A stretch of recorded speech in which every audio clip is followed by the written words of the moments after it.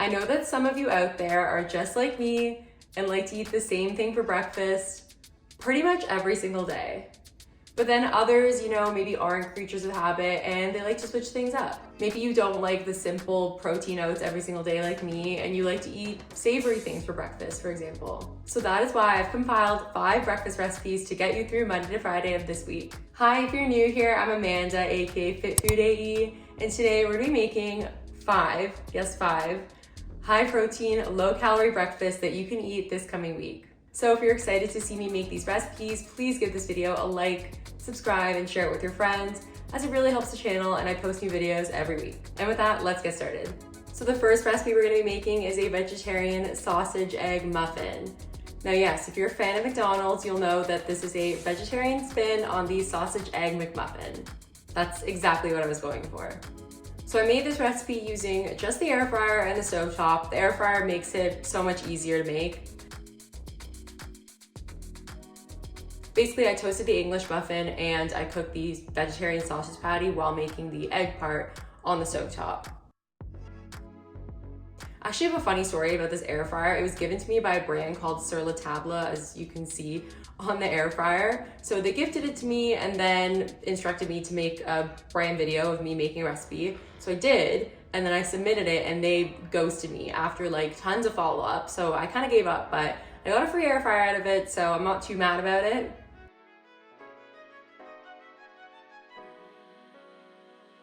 I don't have a toaster. Yes, I use my air fryer as a toaster. For the vegetarian sausage, I use Gardein brand. This is so good and it's maple flavored. I would highly recommend it. But of course, if you eat meat, you can just use a regular sausage patty. No judgment here. And in the eggs, I actually mixed in some nutritional yeast. This gives it like a brighter color and also gives it like a more cheesy taste. Also, the cheddar slices are elite for this recipe versus using shredded cheese. But of course, if you just have shredded cheese on hand, that's totally fine too.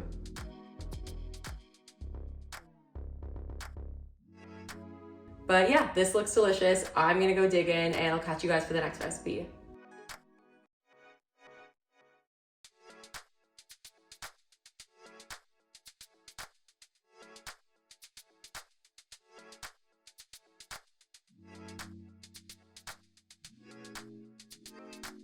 You guys didn't think this was gonna be a breakfast recipe video without a baked oats recipe, did you?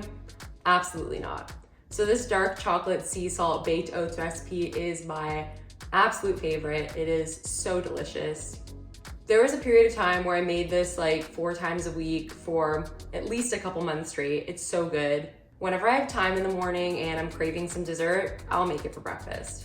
If you like sweet and salty, you will love this combo. Sea salt with a Biscoff is absolutely insane. Speaking of Biscoff, I thought that you couldn't find it in stores, so I've been buying it off of Amazon.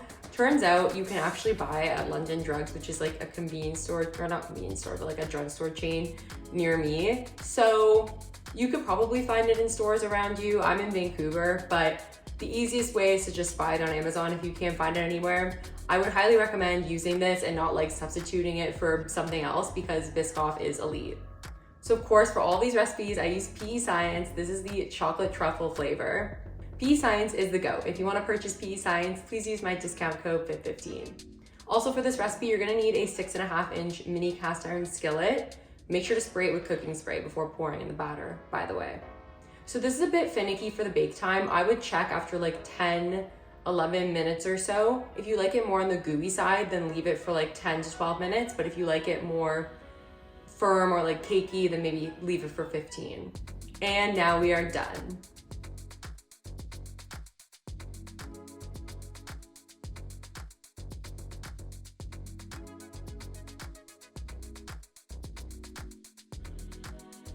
Okay, so for our third recipe, we've got a bagel frittata sandwich. Now guys, this is a more like hearty, filling recipe, so maybe save this for the day where you're like the hungriest. It also takes a little bit more time to cook, so maybe save it for a day where you also have a bit more time.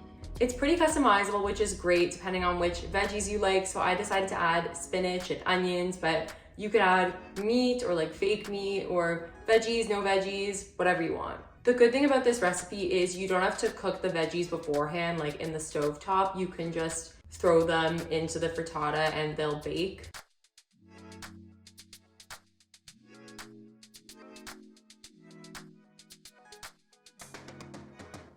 So the cook time for this recipe can vary, but I would say check it after like 20 minutes. I think mine took around like 30. You'll know when it's done when the liquid egg part on top is no longer there and it's like firm. Honestly, in my opinion, everything bagels are elite, like the ones with everything bagel seasoning on them, the ones I'm using. Of course, you could use any other bagels you want, but these are just the best in terms of seasoning and flavor. I feel like ones with cheese on it might taste really good too. Now I wish I had like a cute little pink Smeg toaster. Like, this would be so cute. I really love them, but unfortunately I don't have a toaster because I'm trying to limit, the number of appliances I spend money on. So I just use my air fryer as a toaster, and honestly, it works totally fine. Just flip it like halfway through.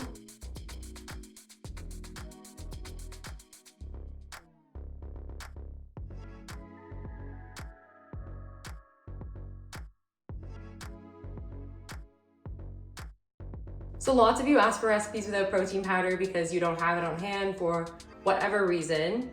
And these pancakes are amazing, let me tell you. This was my second most watched recipe that I've ever posted on YouTube.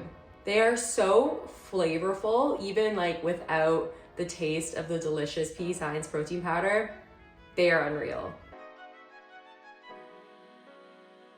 So the not so secret ingredient in this recipe that makes it high protein is cottage cheese, but trust me, you won't even taste it. So you are gonna need like a blender or a food processor for this recipe. Don't make this recipe without blending the ingredients together, especially the cottage cheese. It'll be like all chunky and it will not work. I'm not saying that out of experience or anything. Well, I would never make that mistake.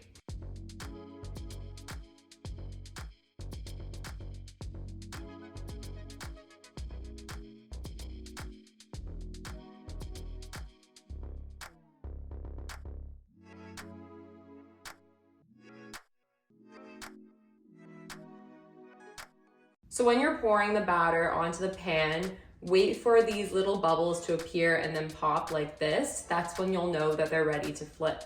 Don't flip them too prematurely. And then after you flip them, this might be common sense to some people, but for whatever reason it wasn't to me, don't press down on them. This is because if you press down on them, they're not gonna get like as fluffy, and we wanna let them rise and get fluffy. Depending on what you want, or depending on how many people you're making this recipe for, you can make them like little mini pancakes or big pancakes. And then I like to top them with sugar-free maple syrup and light whipped cream. I like that combo, but you could do whatever you want. You can top them with like melted peanut butter or like Biscoff, and then grab a knife and fork and you're good to go and enjoy.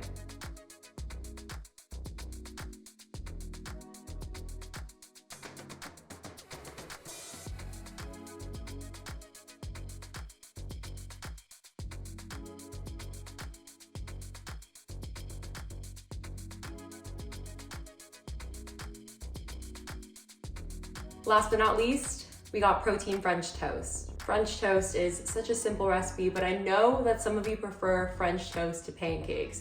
Let me know in the comments, French toast, pancakes, or waffles. Which would you pick if you had to only pick one out of those three?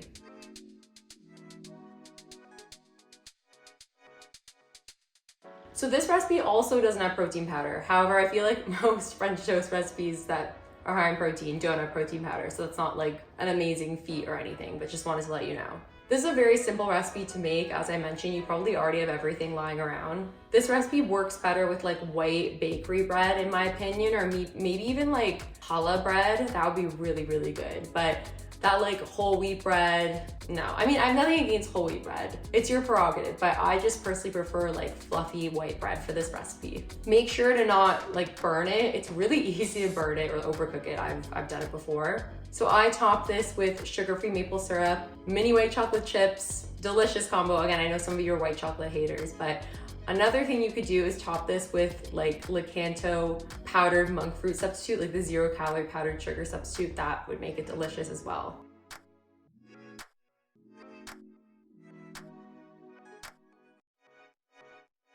And yeah, grab a knife and fork and you're good to go.